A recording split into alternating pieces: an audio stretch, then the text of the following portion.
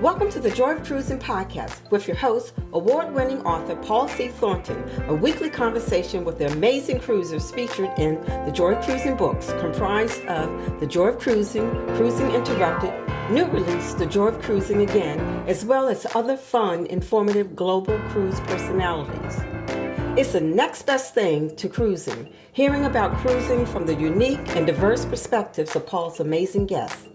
If you hear about a cruise that interests you, book it at www.thejoyoфvacation.com or enter to win a free cruise for two. Again, www.thejoyoфvacation.com. We really appreciate your feedback, so leave us a text. Paul can't reply, but he may read your text on the air. Hello, passionate cruisers. This is Paul.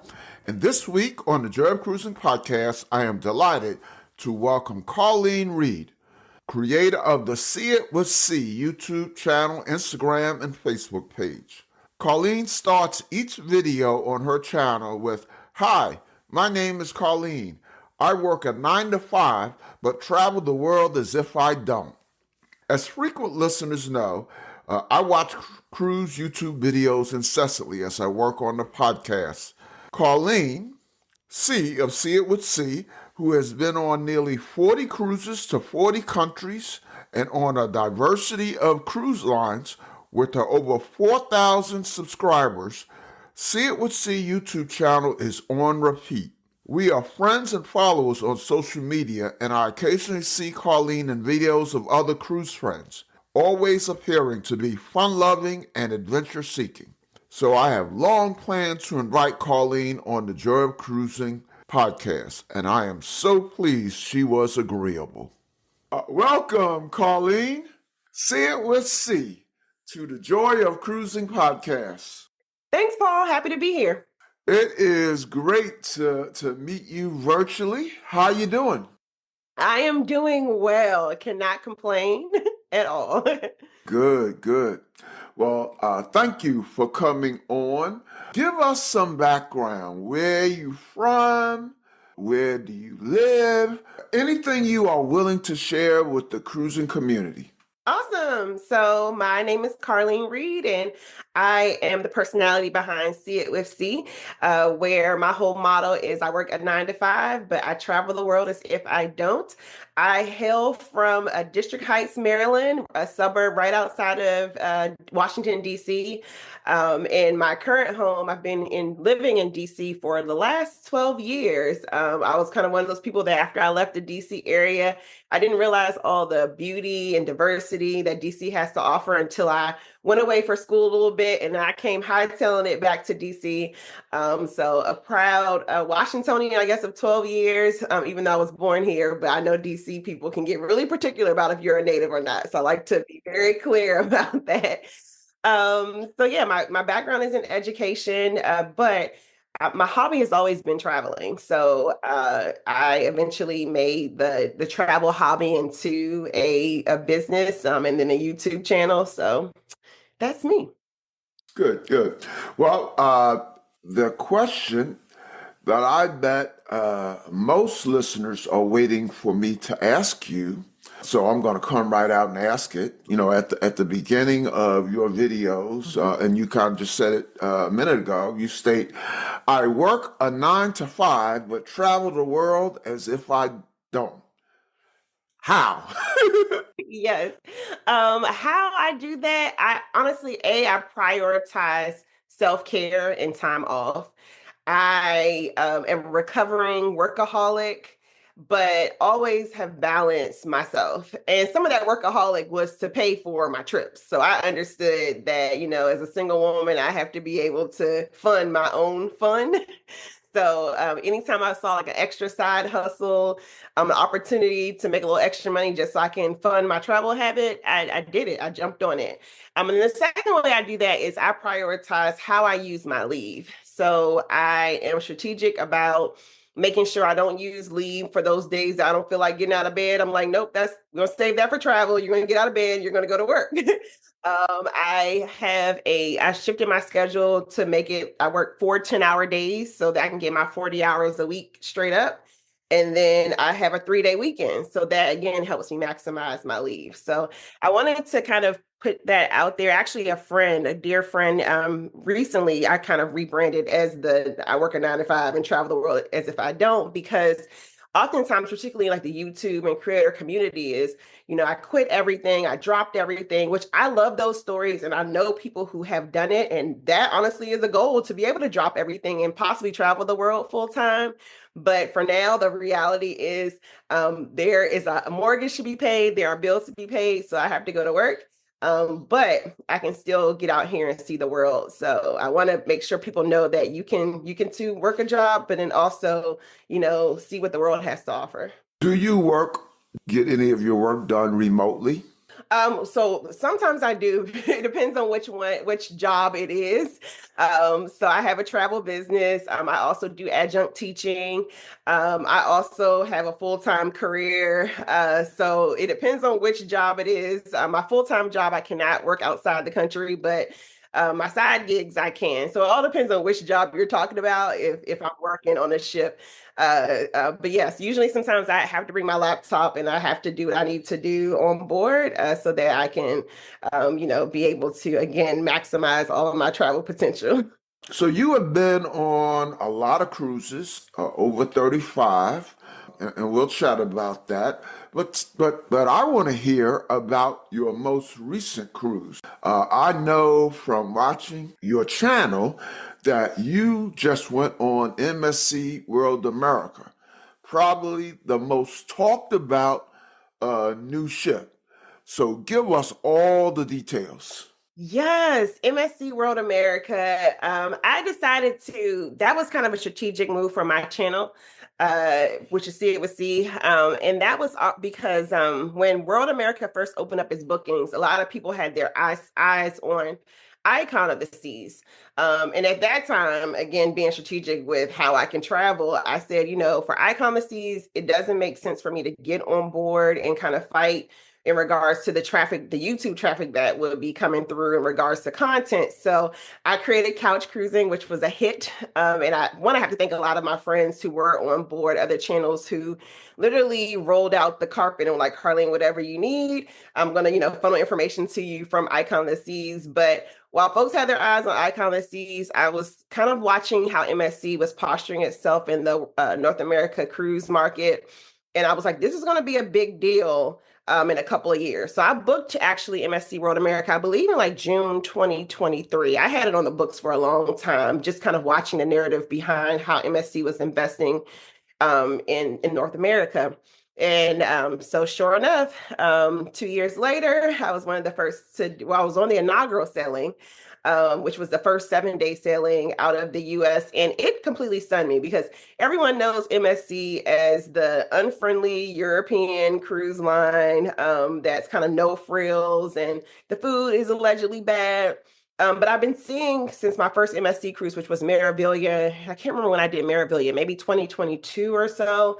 Every time I got on an MSC cruise since Meraviglia, which I've done 4, I think, cruises with MSC now, every cruise since that Meraviglia cruise has been an improvement. Like you just see all the negative feedback the MSC is getting, they are kind of fueling themselves. Okay, you say this about us, we're going to, fix that.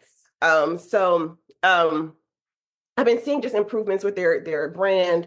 And more people have been talking about MSC. So I was like, you know what, whenever this World America, this biggest ship for their fleet comes out, it's going to be imperative to get on it. So I was, and was just really floored. I mean, it's a big, beautiful ship. It's a hybrid of all of my favorite elements of MSC in the sense of, I really like the atrium feel of some of like the Meraviglia ship that you kind of get that concept on World America. I love what they did to the outside Lido decks. I think it's pretty spread out. Once people get on board, you don't feel super crowded. They fixed the food situation, or at least the narrative related to food. There's food around every corner on MSC World America, whether it be the quick bites and eats, of like the World Promenade or, enhanced sit down dining like Italy. So they've really listened. And then one of probably the biggest things that the North American cruise market enjoys is we love a cruise director in the US. So we like, who is the personality behind, World America? And it was cool to see Dr. E, who is a previous Carnival cruise director now on World America. So I think that and the price point is, as a person who usually travels solo, I got a 7-day cruise for starting at $1,000. So where do you find that? And no compromise on quality. So it was awesome to try out that new ship, and I look forward to the other rollouts that they have with World Atlantic. Is supposed to be coming on board, which is supposed to be out of Port Canaveral, is what I'm hearing. And of course, World Asia, which I believe is going to start in Europe. But I can imagine MSC possibly leveraging that World Asia name and possibly sending it to Asia. Mm-hmm. I feel so validated. My only cruise on MSC was on Meraviglia. Okay. And we had a good time because it was at Christmas and it was with my extended family. So that's always going to be a good time, regardless of the ship experience. But I did a review, or not really a review, I guess I call them reflections videos or podcasts. And I pointed out some good things about Meraviglia. Up until that time, that was the best pizza I ever had. Yes. And I said their private island was the best I had been at. Mm-hmm. But the one thing I really, really nailed them hard on and said they need to fix this as soon as they have a dry dock was, and I'm sure you remember this from your MSC days, other than the buffet in the main dining room, there was no complimentary food.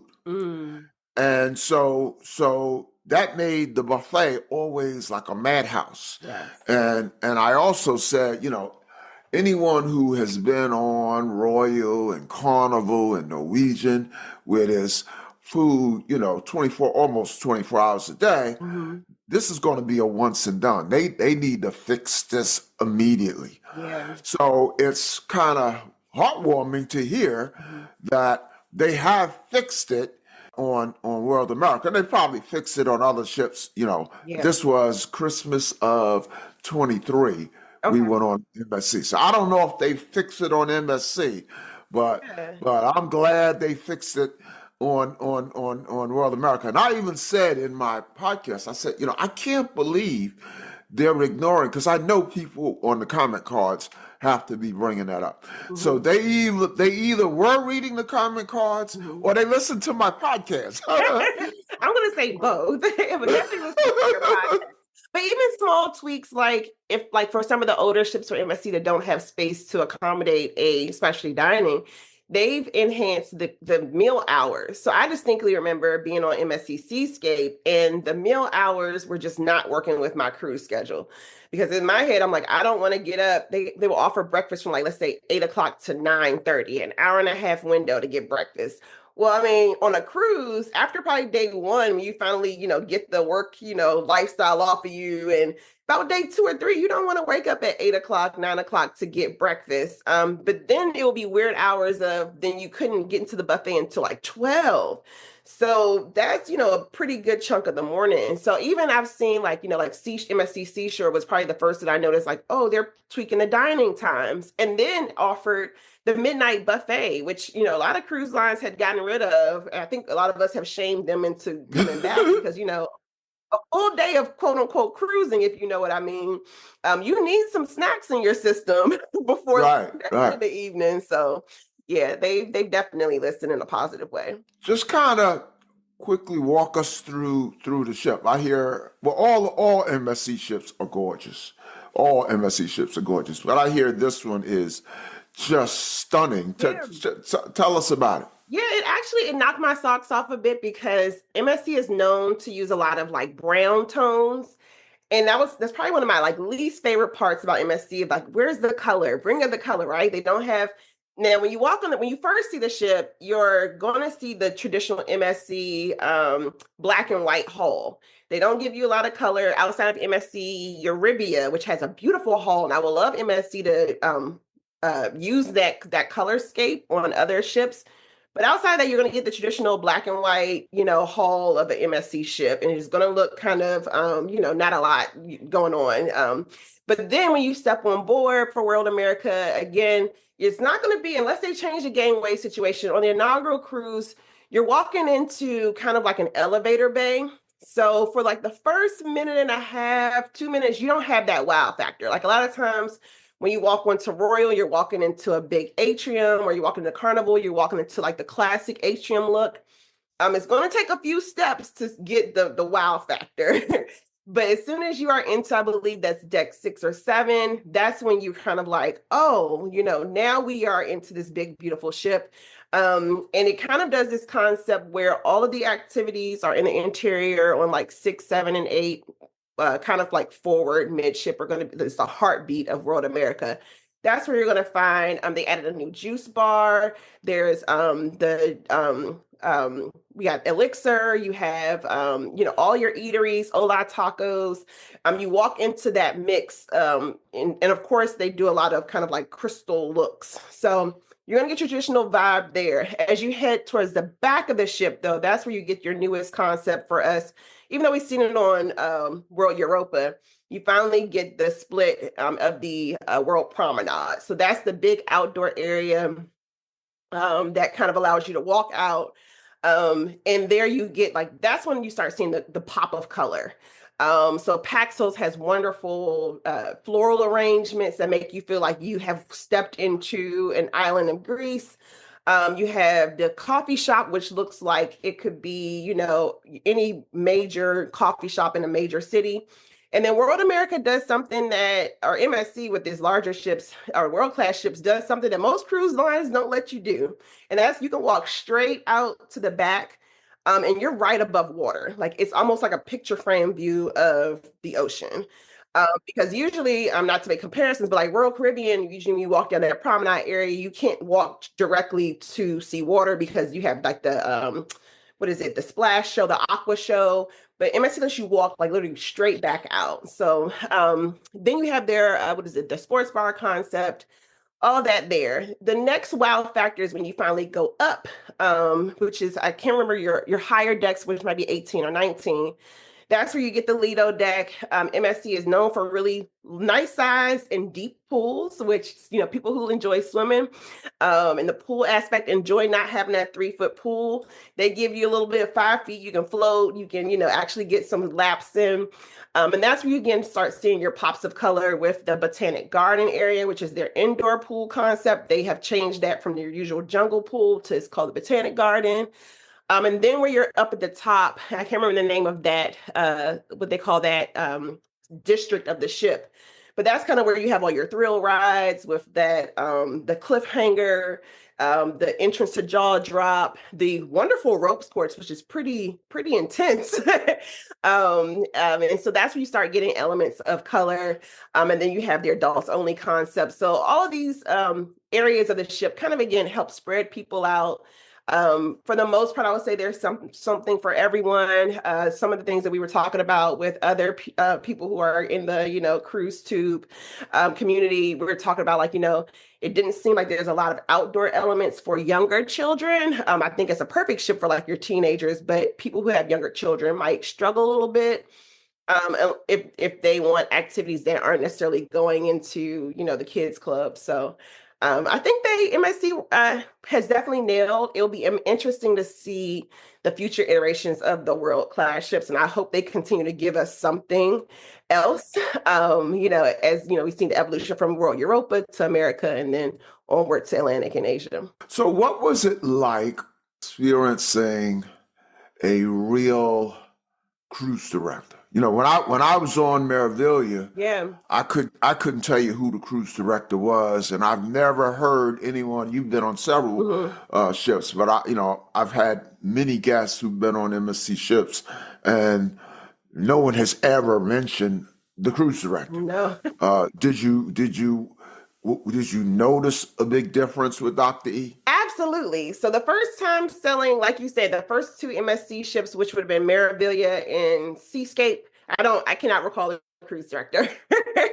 And I can't tell you a lot about what they did.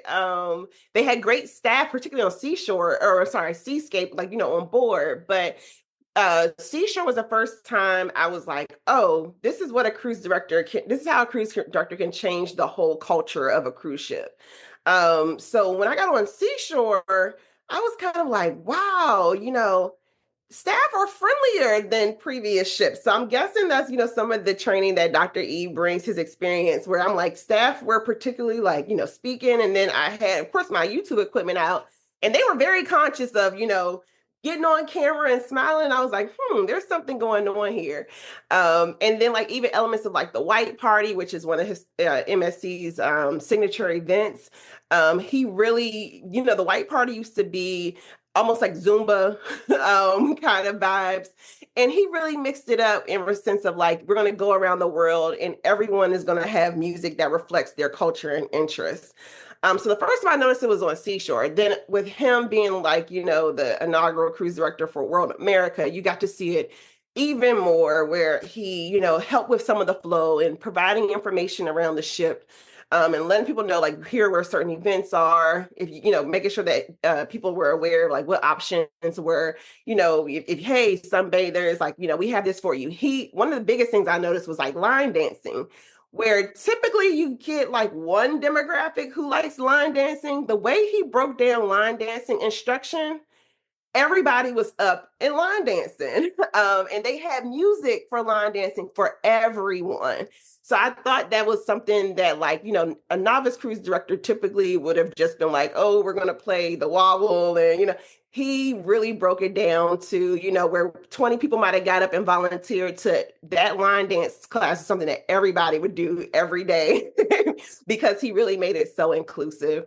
So it was good to have him on that ship to kind of show like this is what the American market is for. Now I will say, being in some of those Facebook groups, people have, particularly because MSC again is people are used to the European style of the brand. Have had a lot of feedback about his style of cruise directing. But in my head, then I'm like, you have a whole fleet of other MSC ships. Go enjoy those. In other words, you're not having it. I'm not having it because I'm like, there are a lot of other options. Go try those because I appreciate a ship that has, again, a cruise director that's a personality, a face. It doesn't make or break a cruise for me, but again, acknowledging that MSC is trying, like that said a lot to me as a consumer who, yeah. I'm not, for lack of a better way of saying it, a cruise director guy. Mm-hmm. I can take the cruise, I make the best of the cruise regardless. But Dr. E's reputation definitely precedes him. I've never experienced him on Carnival, so we are in contact to try to get him on the show. I've had a former cruise director on the show. Okay. It is almost impossible to get an active cruise director on the show. Although when I reached out to Dr. E, Mm-hmm. he seemed willing right then and there because he asked me right away, "Am I currently on the ship?" Mm-hmm. So maybe he would have carved out time while I was on the ship. Colleen, one cruise that you took that I saw on your channel that resonated with me because I just got back from United Arab Emirates. You went on Celestial Journeys. Am I Yes, saying it right? Celestial Journeys? it's called Celestial Journeys. Mm-hmm. Yeah, that's a cruise line not many of us are all that familiar with. What was your itinerary? Okay, so it left from Doha. It was round trip. So it left from Doha and a few countries that I have not been to. So it went to Serbani Yas, that's an island. It went to Bahrain, it went to Oman, and then stops in the cities of Abu Dhabi and Dubai. Which I've been to Abu Dhabi and Dubai, I had not cruised there, so that gives you a different perspective. And it had been some years because I went when I can't remember I was saying back in the day, some years ago there was a big glitch fair where what's the Etihad Airlines had $300 flights to Dubai, South Africa, and Singapore. And so I decided to go to Abu Dhabi, but I flew in. So I've done land-based there, but it was just a different perspective to cruise. And amazing to cruise so many years later and to see the improvements. They built so fast over there. So yeah.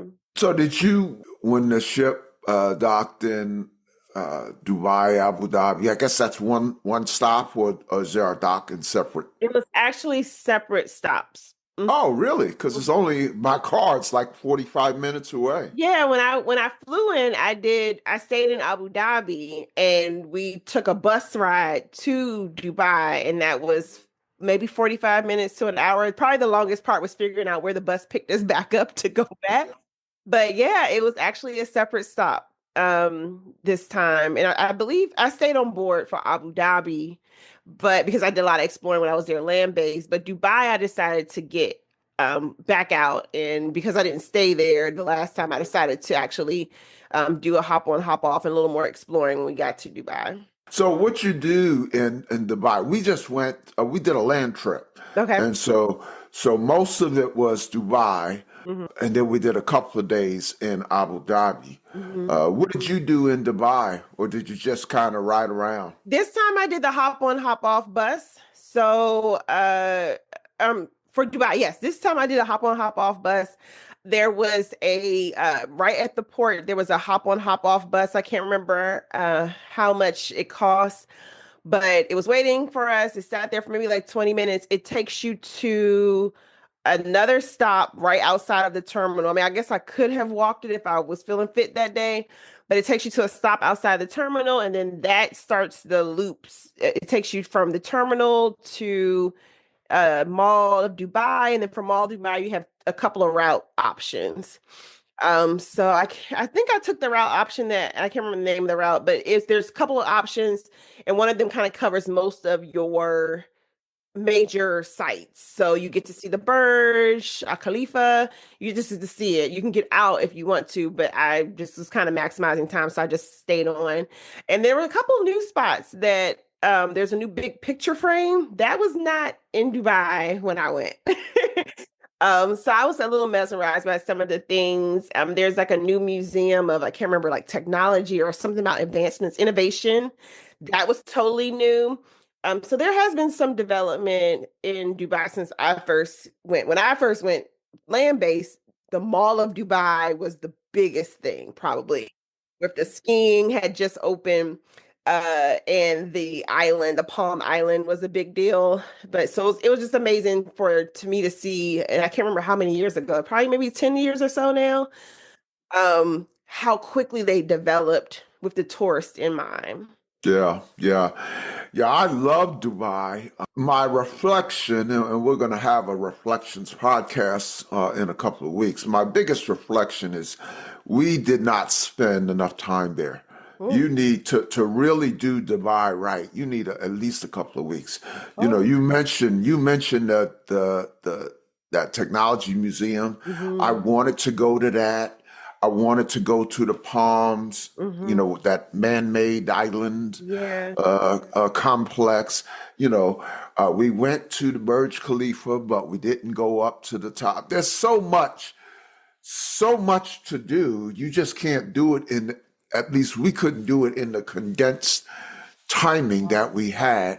So I'm not one that typically repeats destinations, at least Okay. not on purpose. I Uh-huh. know you can't help repeat someplace like a Nassau, Yeah. but Dubai is now. I have two places that I've been to that I definitely have to get back to, and that's Alaska and Dubai. So, Yeah, you feel like you feel about like Dubai how I feel about Doha. uh-huh. Dubai, I'm kind of like we did the fast track through Dubai both times. Like the first time it was literally a 45-minute bus ride. We spent the day and came back. And then this time it was just a day of cruising. And I covered a good bit of ground because it's still, for me, Dubai gives a little bit like a Las Vegas in the desert. But I know you have like a lot of listeners who are, going across the world. So I will say if you are flying through the Emirates and you have that long layover, just go ahead and add a couple, at least 3 days.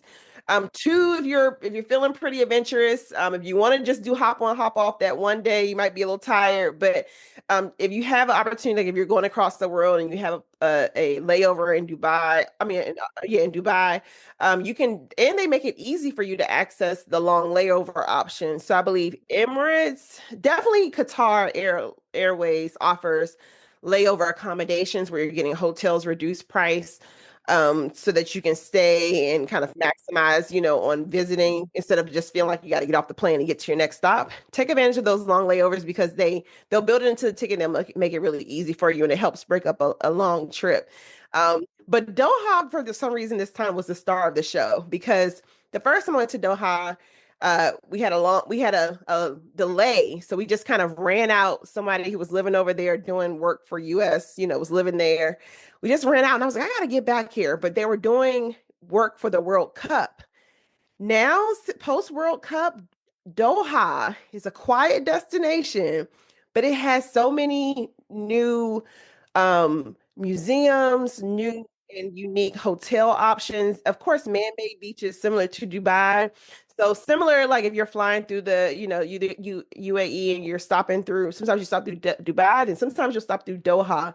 And Doha is another place that you can just get out and spend 2-3 days. And it also has a little more of the authentic, I feel. I think Dubai is a little more commercialized. Now, if you hop over to Abu Dhabi kept its kind of unique feel in regards to dress, a little more conservative than, Dubai.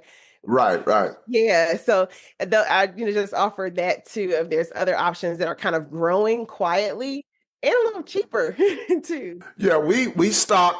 So we didn't see Doha, but we stopped there. Okay. Both ways, going and then returning.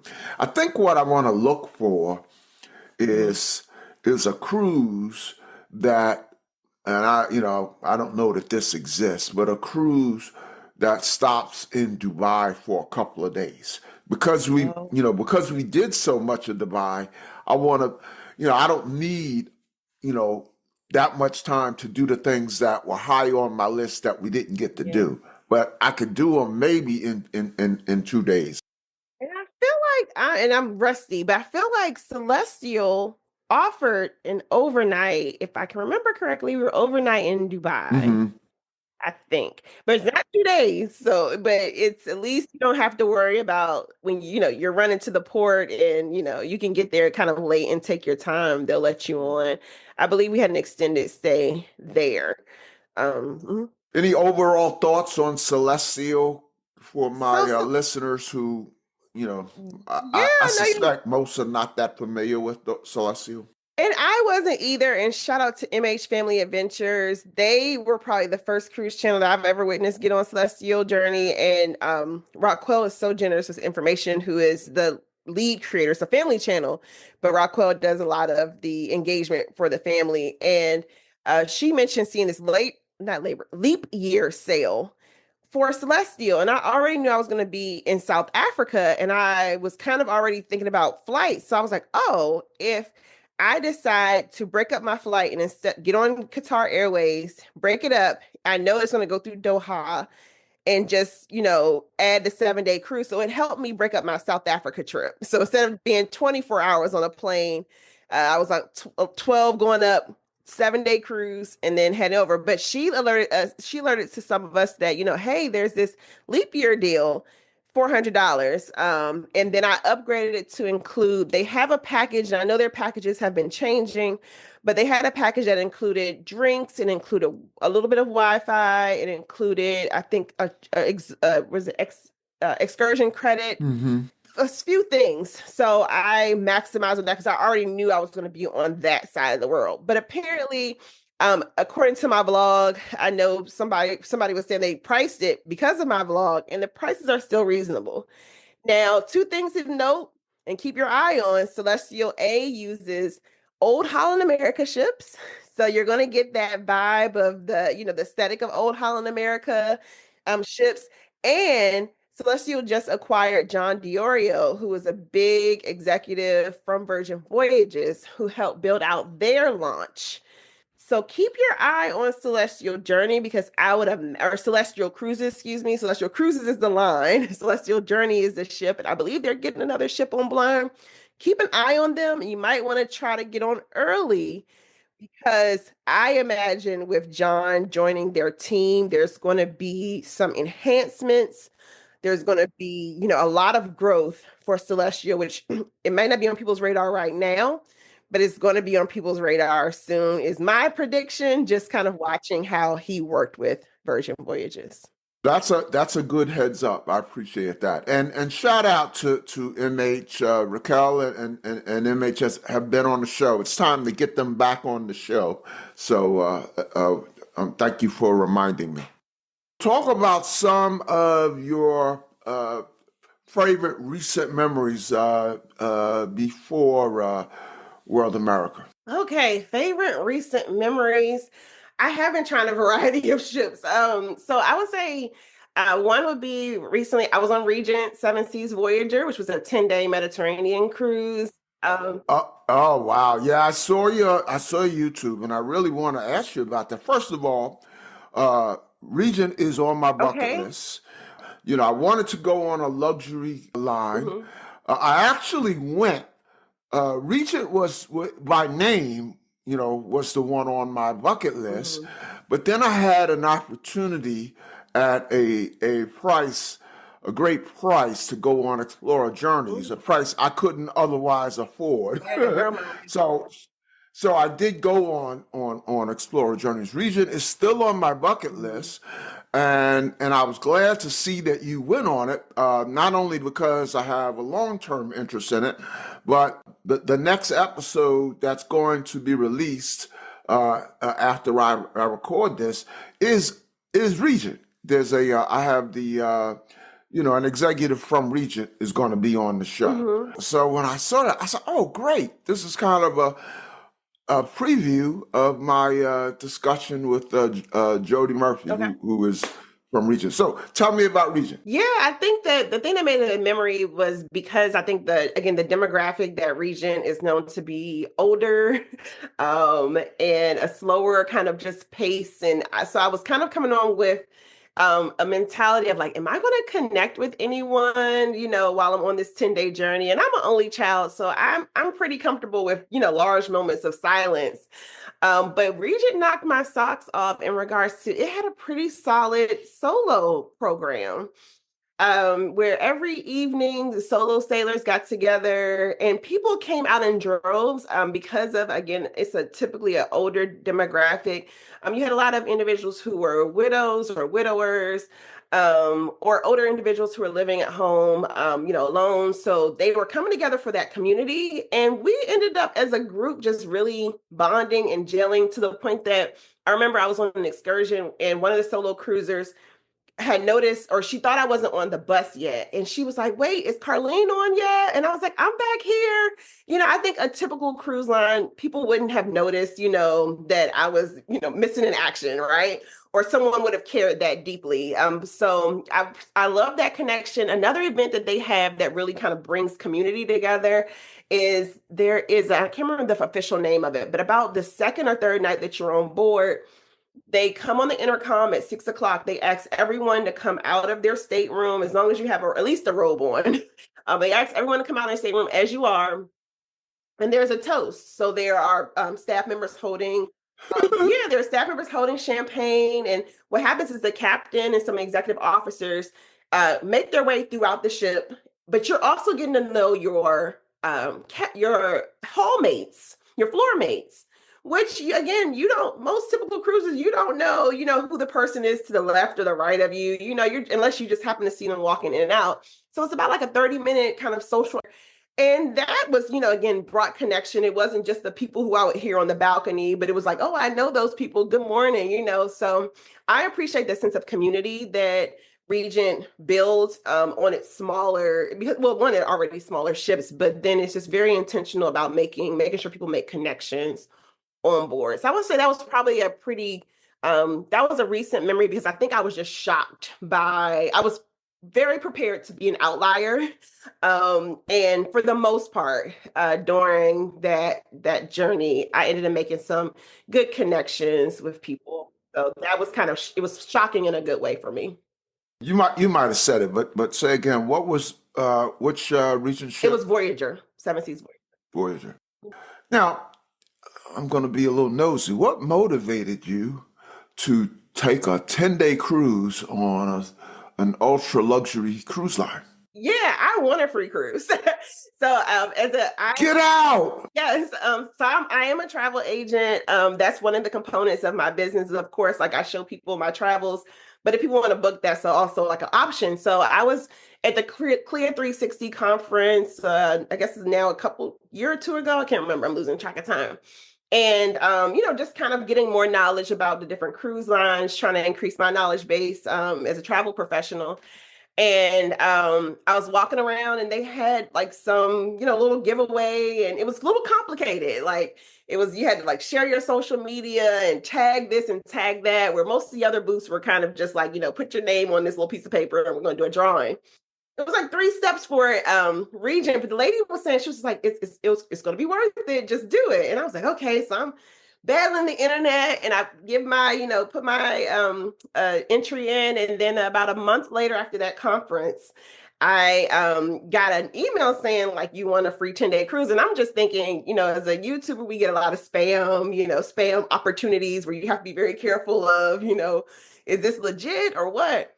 And it was a legit. I researched. I was like, okay, who was on this email? I looked up their names and their, actual staff members from Regent, and I was just like, oh my gosh, I really want a 10-day Mediterranean. Oh, wow. Some stops that, like, at that point I had never cruised the Med. It had some stops that like it was leaving out of Istanbul, and Istanbul had been on my list, but I was like, when will I go? So I was able to visit Istanbul. I had been to Rome, but I had not been to Chukchevkia, the cruise port. So I was able to experience that. Where else did we stop? Croatia. I had not been through Dubrovnik or Croatia at all. It stopped in Barcelona. I have to redo Barcelona. We got in the port a little late in the evening. I didn't feel comfortable as a solo traveler with the time. About the time we got off, or about the time we got fully docked, it was like 9 o'clock. So I was like, let me not push it. And we were getting off the next day. So I still have to do Barcelona, but it was 10 days of, again, on a luxury liner. It's all suites. And you have like a butler, everything's included. So your drinks are included. It's been the cheapest bill I've ever got off of a ship, I will say. So I know the luxury liners are a little bit of a make you gag in regards to the prices, but the fact that, yes. Oh, yes. The fact that literally, I think I came off that ship only with $130 balance, because everything is included. And part of that $130 was I had to buy shuttle service to get from Barcelona, from the port to the airport. So I will say I appreciate in the luxury experiences that literally everything is included, but it's a little sticker shock. So yeah, I was blessed to win a cruise and experience that, but it also opened my mind to luxury cruising. So it had me thinking about like a lot of people who are on board, they traditionally sail Viking, Silver Sea, Oceania. So talking to them, because I was kind of curious, again, as a travel professional, I need to know who to, market this to. So I was kind of curious, like, what brings you back to Regent? What other cruise lines do you sail on? And, it was interesting and eye-opening in the sense of hearing what brings people back to a ship. I suspect some of the folks that you talk to sail river cruises. Have you done that yet? I have not yet, and I'm eyeing though, because it's one of those moments that you ever put someone on a comment card and you're like, were y'all planning on doing this, or did you read my comment? But similar to what you were saying about Meraviglia, right? I had put on my celebrity comment card one time saying it would be cool if you all would do river cruising, because as a 40 some odd year old, I want something that I can cruise in, but don't necessarily want, like, Viking tends to trend very much, a little older. Not that, it matters, but I'll say celebrity, I think you can jazz up the river cruising demographic a little bit. And Celebrity announced that it will be starting river cruising in 2027. So it had to be because of your comment card. I said I would love Celebrity to dip its toe into river cruising, and sure enough, they are dipping their toe into river cruising. I'm waiting to see. I know they said sometime this summer they're going to be releasing like the itineraries, initial booking. So I'll be having my eye in to see like what price point they're coming in at, and what their itineraries are. And I think if that will probably be my first introduction to river cruising, if I don't book a whole bunch of other stuff before that. Let's go way back. I always ask guests to recollect their first cruise. When, what ship, initial impressions. I get there are a lot of folks who listen to this program who have never been on a cruise. So I try to ask guests this question to speak to those people who aspire to cruise, but maybe are anxious, or maybe just want to know what it was like for someone else. So what was your first cruise? Yeah, my first cruise was 1996 Carnival Fantasy. It was a 4-day. 1996. What were you, 3? No, I was, what was I, 6th grade? So 12 or 13, probably 13. It was like August 1996. So probably 12 or 13 or so. And it was with my mom actually was the person at church. She organized groups like the bus trips, all of those good things. So she organized a cruise with our church as a church cruise. And it was a 4-day Carnival Fantasy. And that was my first introduction. As a kid, had never did cruising. I was excited because I was raised in a household where, travel, learning was always highly valued. I mean, I've had a passport since I was a baby. So like, that was what we traveled. But at that point, I had not done a cruise. My mom, listen to my mom talk about back then, it was like the midnight buffet. We got a whole wardrobe, which is so funny now because like I'll get on a Carnival cruise in some, board shorts and a tank top. And, back then it was like, okay, you got to get your gala night outfit on. And every night you're dressing up for dinner. Like we had to buy a whole wardrobe to get on this cruise. And I had a ball. It was so funny because my mom, the first few nights, like I didn't get back to the cabin. Like I was just out running around with the kids, and we were in the nightclub. I don't even know we were supposed to be in a nightclub, but we were there. It might have been different rules in 1996. I remember I won the dance contest. That was when they would like film all the Lido deck activities, and you can buy the tape. Yep, I got my first ship on the stick in 1996 for a dance contest, and I was able to buy the tape, footage of that. But I had a big pause after that. Now let me interrupt. Mm-hmm. You still had that dance contest? That tape? No, I call myself, I'm bad at, like, I will throw away the things you're not supposed to throw away. And I think I threw away the ship on the stick. I was looking to see if I had kept that. So yeah, I didn't try to dub it or anything. I just tossed it one time. I was cleaning out my room. I was going to see if we could get that from you to promote your episode. Oh, that would have been. So you said it was a while before you cruised again? Yep. After that 1996 cruise, I took a really big break from cruising. Of course, I was just doing like land-based travels. And then my family my cousins were doing like basically once a year cruises. So then was that 2017, I believe. I might be off on dates. We did Carnival Vista, which at that point was one of the larger ships in Carnival's fleet. That was with Matt Mitchum talking about cruise directors that make an impression on you. So we did it as a family. I can't remember how old I would have been then, but I was kind of like, this is cool, but I wasn't like breaking my neck to get back to it. Honestly, it was kind of being with family that made the biggest difference. And then I waited 2 years, got on Carnival Magic, then took a big pause. But then it was really like the pandemic that made me kind of be like, start saying like, okay, this cruising thing isn't, too bad. I think I had finally reached a level of my life that I think cruising kind of fit my interest and my level of activity and engagement. So I've been pretty much hooked on cruising since probably was at 2021. I got a really good deal on Carnival Pride during coming out of the global health crisis. That was your first ship back? No. So Vista would have been after post. Yes. COVID. Yeah. Yep. Okay. Carnival Pride. And that was in the middle of so we still had all the protocols, testing, Yeah. I know a lot of creators like yourself after the pandemic, I guess, pent up demand, like some were like me because I was climbing the walls. Uh, Me I had all too. these cruises booked that got canceled and blah, blah, blah, blah. So a lot of hmm content creators sort of hit the ground running. I mean, they went on cruise after cruise. hmm Were you like that after the pandemic ended, or you just kind of eased into it? I think it might have been a little bit of both. It was interesting for it to be the pandemic. I was out in the travel streets in general a ton.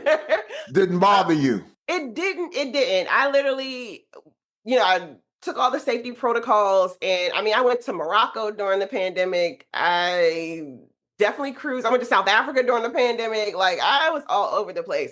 But I think what was happening was being in the house, I was watching, and my family had booked Carnival Conquest to sail with Dr. E before he left Carnival.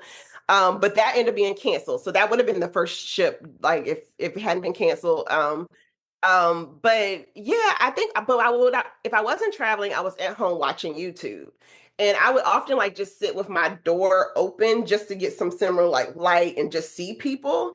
One of my friends who lives in my community would kind of like drive by, and if he saw my door open, he would just kind of knock. And so every time he would knock the people's head in, he was like, "You keep watching all these people on like YouTube. Like, why are you watching these travel people?" And he's like, "One, you travel." And two, and I was like, well, I think, he was like, you can do this. Like, you can, all the travels that you've done, you should start turning your camera on. So I booked a cruise. Carnival Pride was supposed to be my first book cruise that I was going to film. And it was funny. I started filming really heavy on day one, and then I kind of like punked out, I think. I have really short vlog from that Carnival Pride cruise. And then I was like, you know what? Get back in the game. So then Enchantment of the Seas was the first cruise that I said, I'm going to every day turn on this camera, capture what I'm doing. So that since Enchantment of the Seas, I have been vlogging, and I think that was 2022. I've been vlogging all of my travels. So September 21, I tried to start, and then I didn't get comfortable until 22. So is that the beginning of the See It with C brand? Yes, CMC. Yep, July. I think April 2022 is when I filmed my first, but then it was wow. It was interesting. One of those serendipitous moments. My first vlog published ever was on my grandmother's birthday, July 25th, 2022. And when I hit publish, I was like, oh my gosh, it's my grandma's birthday. And I am named, my middle name is my grandmother's first name. So I'm named after her. So anytime some things align like that, dates, I'm like, this is meant to be. I really had not planned it to be released on that date. But when I noticed, I was like, oh my gosh, like this is it. So it was kind of one of those moments that was reassuring of like, I am doing what I should be doing. Uh-huh. And So it, yeah. it took off from there. It's been taken off. It's a little slow. Like I definitely think those creators who are already recording pre-pandemic. And it's funny because I think about some of the travels and I'm like, if I had recorded before then, like I probably would have hundreds of thousands. But I honestly believe you do everything in the timing that you need to do it. And I honestly think the people who are supposed to see your content see it. So it's been growing. And the people who watch have been very committed. I don't have the biggest following, but the people who follow are very dedicated. Say a little about your various platforms. I know your main platform is YouTube, and you Yeah. have like over you're headed towards 5,000 followers. So congrats Thank you. and best wishes with that. Yeah, I try to focus. I don't stretch myself too much. Try to focus on two platforms. So YouTube is my main platform with long form content. So most of my videos range about 20 minutes. I have some short vlogs of like quick room tours or something like that. But for most part, I do long form on YouTube. And then Instagram is like if I'm actually traveling, that's where you get the day by day kind of view of things before I can actually make a nice vlog. And then of course I throw some things on Facebook and extras on TikTok and that kind of thing. But if you want the play-by-play, it's somewhere between YouTube and Instagram. And it's See It With C on Instagram, same name. And then you have a Facebook page, right? Yes, See It With C Travel Boutique. And then I try to tease out like person, which is interesting. Is like, how much of your brand do you want to be, on your personal page? But sometimes I release things on my personal page because I want my family. My family just knows that I'm gone a lot.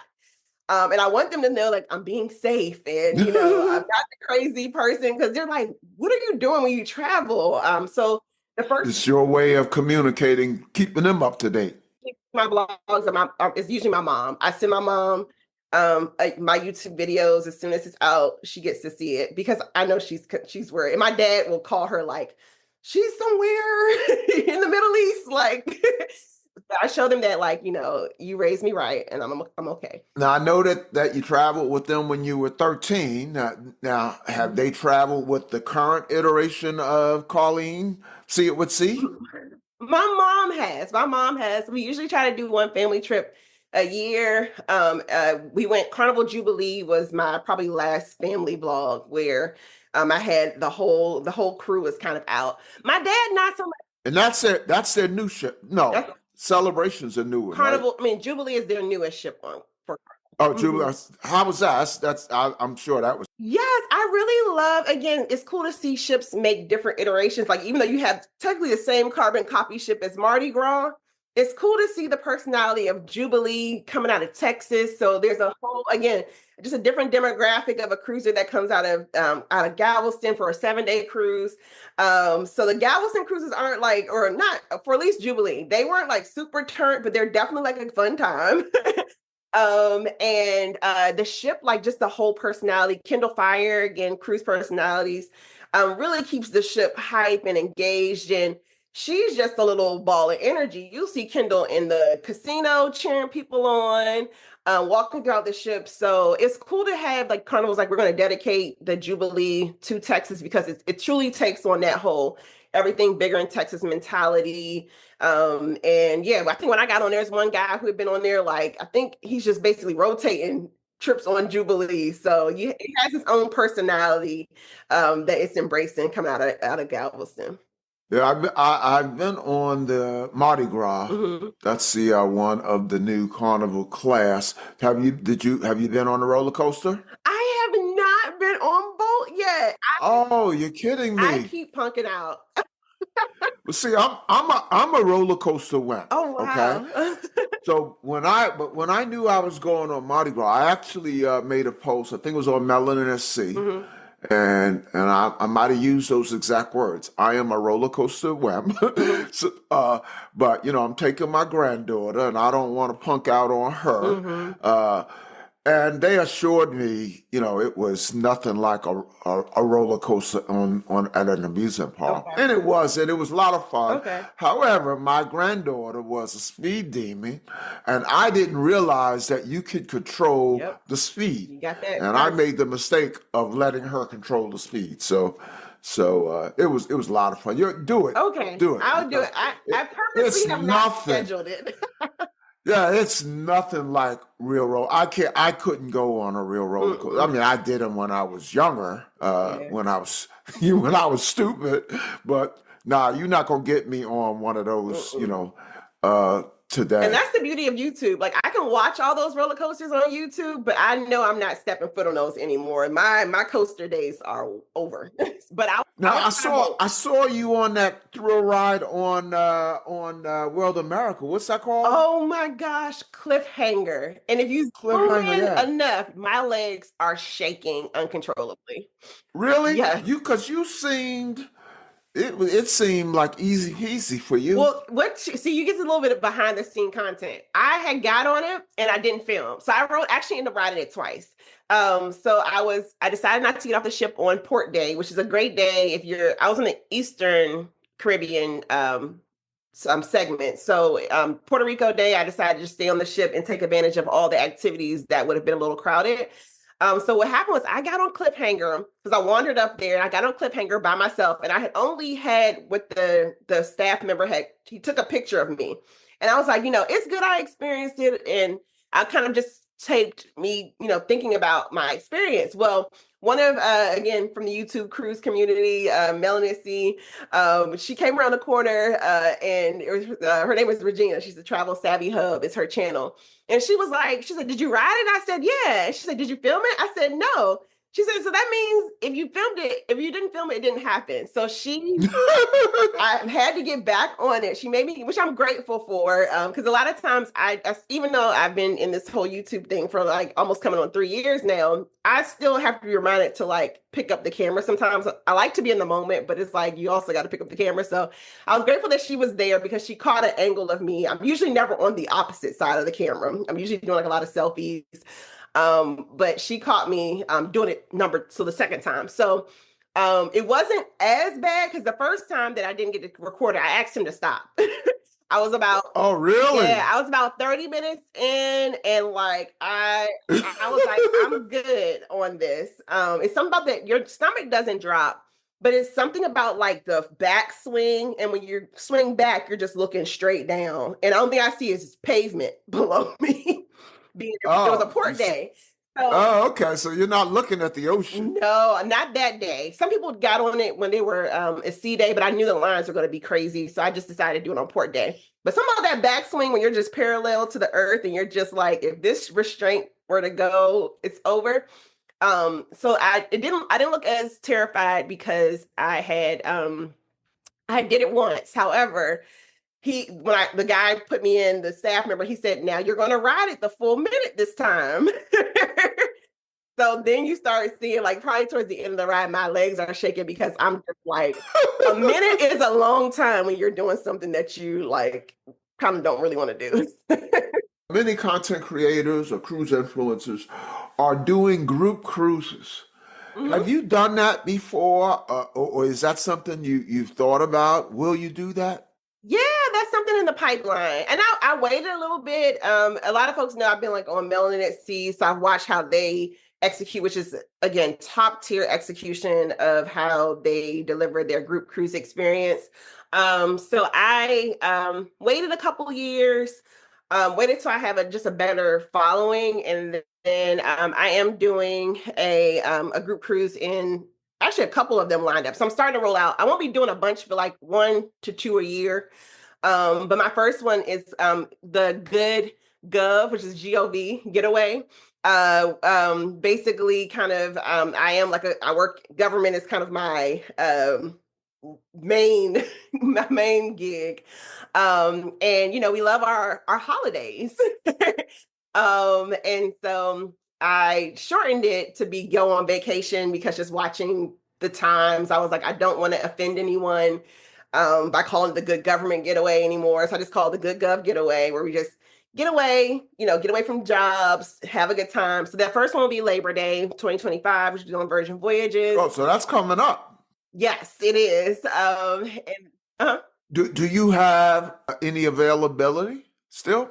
Yes, I do. Oh, okay. But again, my first one is a little like, it was a little kind of learning curve, but it'll be a smaller group. But yeah, I definitely have availability. I mean, if you're looking to get people, do a little commercial.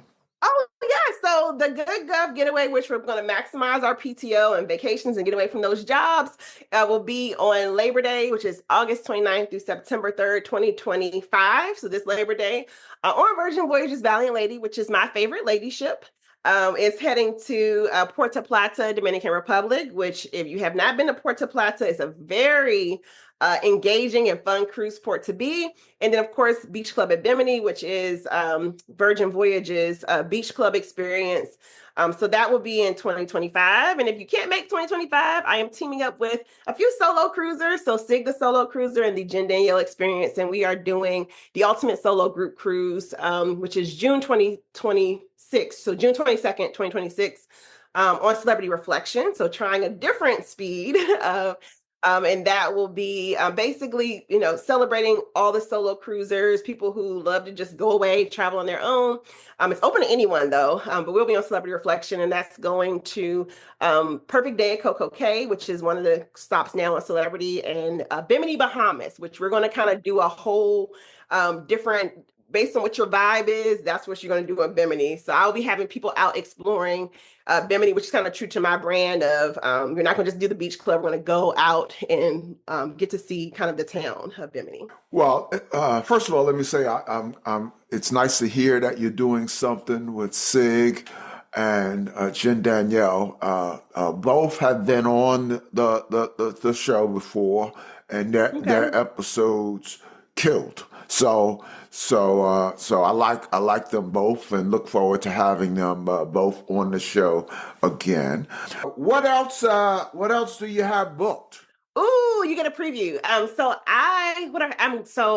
I'm getting back on Carnival Conquest, which usually I don't like to repeat ships. I like to get new ships, but Carnival Conquest will be one of the first ships into Carnival's new Celebration Key in July. So I'm hopping back on the Conquest for another long weekend to check out what this Carnival's new private island concept is. So that's July.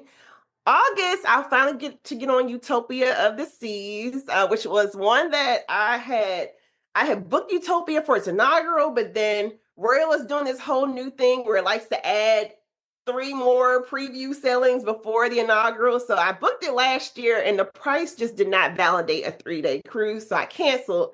But Utopia had been back in my mind. So I'll finally be able to get on Utopia of the Seas in August. And then what else? Of course, my group cruise on Valiant Lady, which will be over the Labor Day holiday. And then I don't want to promise, but I really would love to get on Celebrity Excel.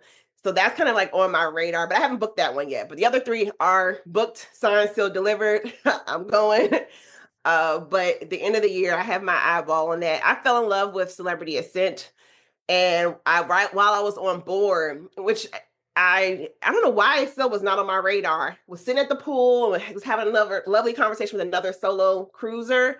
And she mentioned Excel, and I was like, what's Excel? And she was like, it's their new ship. What do you mean you haven't heard of it? And literally, I pulled it up and got a really good deal on Excel, which I didn't know sometimes Celebrity will throw in free drinks and Wi-Fi in its voyage package. So I got all of that probably under $2,000 for a 5-day cruise with drinks and Wi-Fi included. It was a good. The Excel class, I love. Oh my gosh, it's resort vibe. I love the Excel class, and I've been on Ascent and Beyond. Okay. And they were beautiful. And Beyond, I ate at Le Voyage by Daniel Ballard, and that continues to be my favorite specialty meal. Wow. Okay. I have not done Live on Yacht. It was sold out on Ascent because I did like a 3-day preview on Ascent.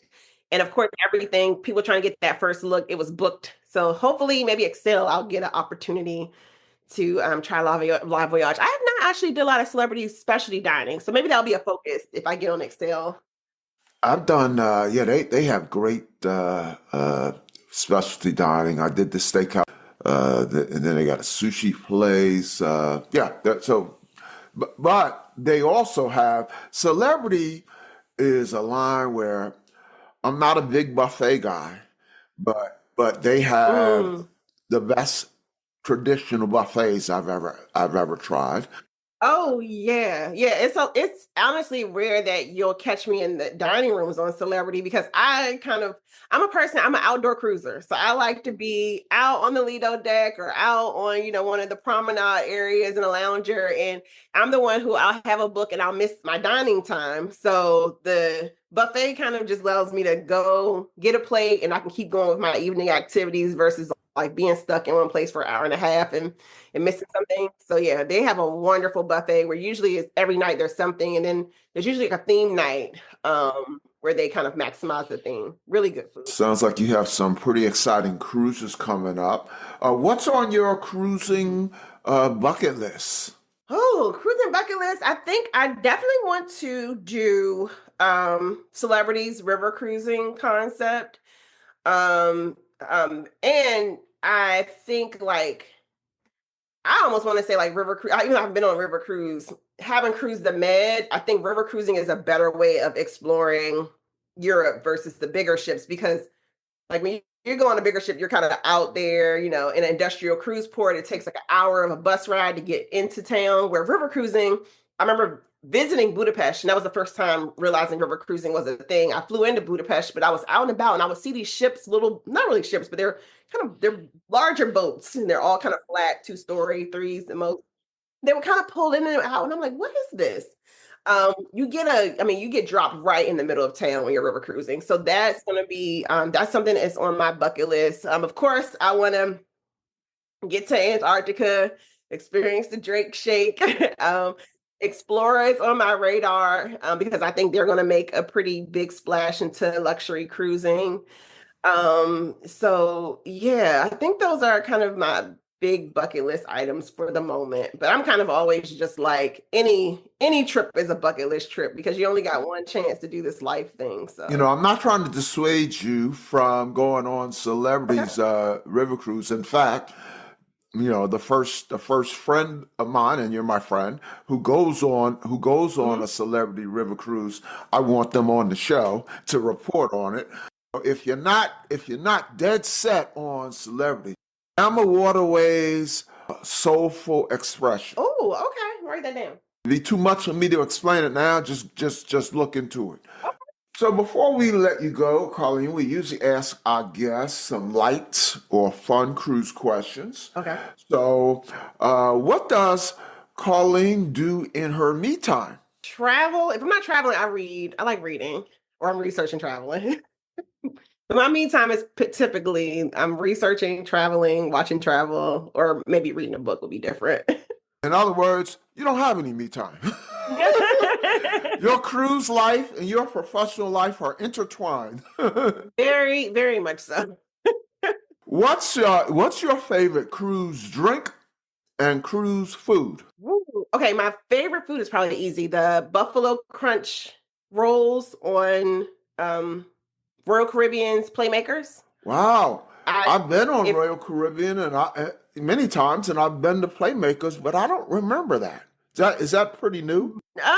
My first Royal cruise was Oasis. It's been on there for a bit, which was like no. It's okay. I just missed it then because if it was on Oasis, it's not new. Yeah, I can't remember but I look for those. I have to have them at least once. If I'm on a cruise that has a Playmakers, I got to get that. Drinks. Usually you'll see me with a glass of wine in my hand.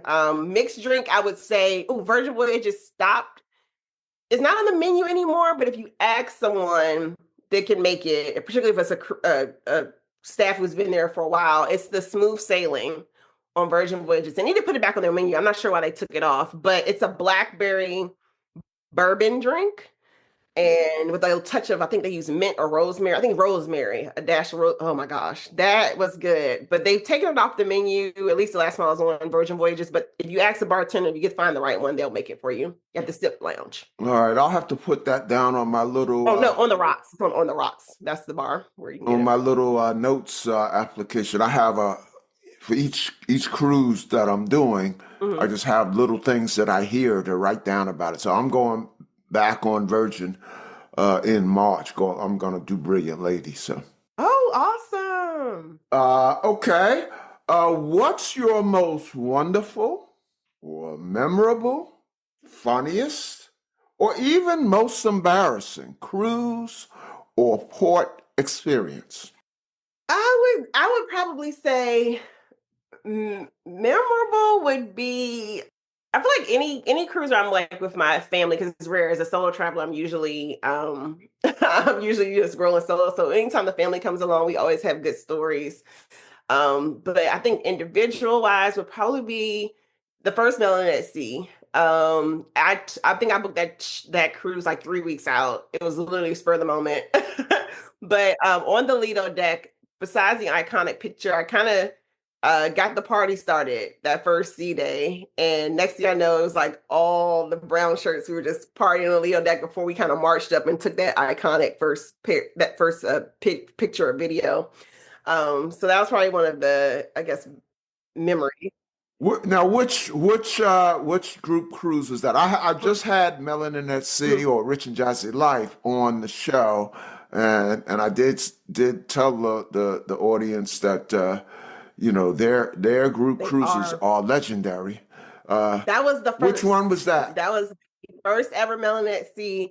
And I told you, like, I usually don't like to repeat ships. My family had just sailed on Carnival Mardi Gras. And so I was like, I'm not going to, get on this ship again. But I was having FOMO because I was like, something special is happening here. I don't know what it is, but I feel like I need to get on it. And literally, I think I had posted something in the group. And Jazz immediately responded like 5 minutes after I posted about like, dang, I wish I was on this sailing. And I was just like, you know what? I probably wasn't being responsible at the time, but I ended up just going. And I've met so many good people from like the cruising community on the ships that like now we are frequently cruising even like outside of Melanin at Sea. I frequently find, folks from the group on the ship, and it's almost like having like little mini Melanin at Seas when you see people on board, because we end up just hanging with each other and having a good time. So Great brand. absolutely, and Melanin well Sea. executed.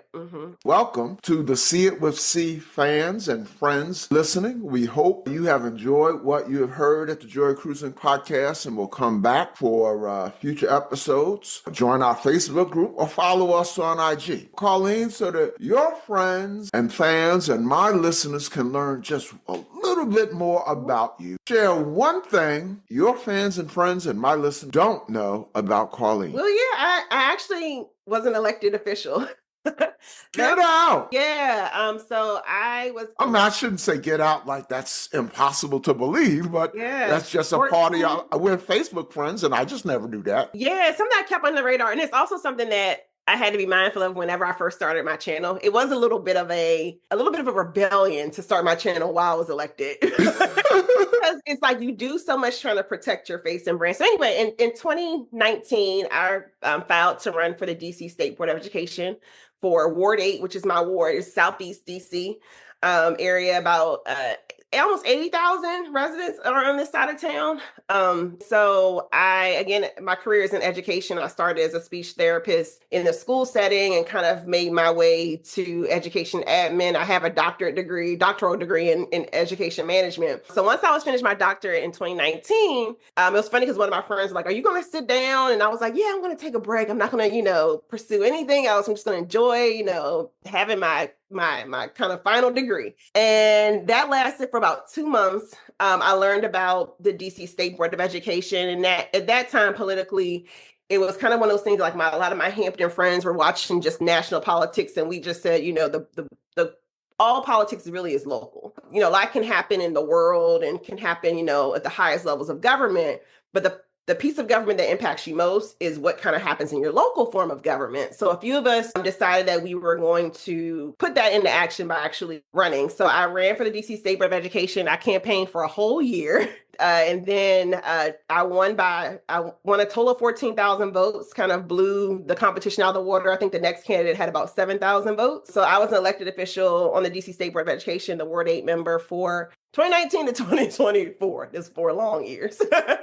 My term basically ended December 2024. So the end of last year is when I completed my term. So yeah, I started my channel in 2022. So at some point I had this balance of I am representing people who are beyond myself, but I also had this whole travel component. And a lot of times with being an elected official is you don't want to look like you're having too much fun. You don't want to be, you don't like Ward 8, particularly where my ward is in DC, is known for all the statistics that aren't great, but I know there are beautiful people who, are my neighbors and who are my constituents, but there is this mentality of like when you are in the elected seat that you have to have a solid face, and no one wants to see you out on a cruise ship and they're thinking that having fun on a cruise ship, she can't be representing me. And the reality is like, y'all see me on a cruise ship in this video, but I'm really probably sitting in a meeting or taking a vote or writing some sort of, bill or resolution, really. So that's probably something that people don't know about me. I was an elected official for 4 years, and two of the years overlap with me being a content creator. So it was an interesting balance of representing my constituents well, but then also saying, hey, travel has always been a part of my personality. Like I had already been to, I think, 29, 30 countries before taking the seat. So I was like, I can't hide this because and it was actually kind of like giving me a lot of anxiety about like, I will be out of town and have an email, and trying to respond. Like I remember being in South Africa on a board meeting call. It's 4:00 in the morning, but I'm still holding my responsibility of, representing the folks. But those are things you don't see sometimes. Carlene, it has been great. Thank you so much for coming on the Joy of Cruising podcast. We would love to have you back on if you will be back. Maybe after that group cruise you have, the second one you have coming up in 26. All the best to you and your channel in your future endeavors. And as I like to say, we'll see you on the ocean. But thank you. This is like one of my goals. I would see your schedule posted on like other channels and people. And I was like, I'm going to get on there one day. The Joy of Cruising and Cruising Interrupted, each $16.99 plus shipping, and new release, The Joy of Cruising Again for $18.99, can be ordered at the link on thejoyofcruisingpodcast.com. For each of the 3 books, use the discount code Joy of Cruising Podcast and get $4 off. The Joy of Cruising books are also available at Amazon. Order the ebook at Amazon or your favorite online retailer. Stay in touch by joining the Joy of Cruising Podcast Facebook group or following the Joy of Cruising Podcast on Instagram. We're constantly adding new shows. Please leave a review and tell a friend about us. We hope you enjoyed this brief escape to the ocean. See you next week.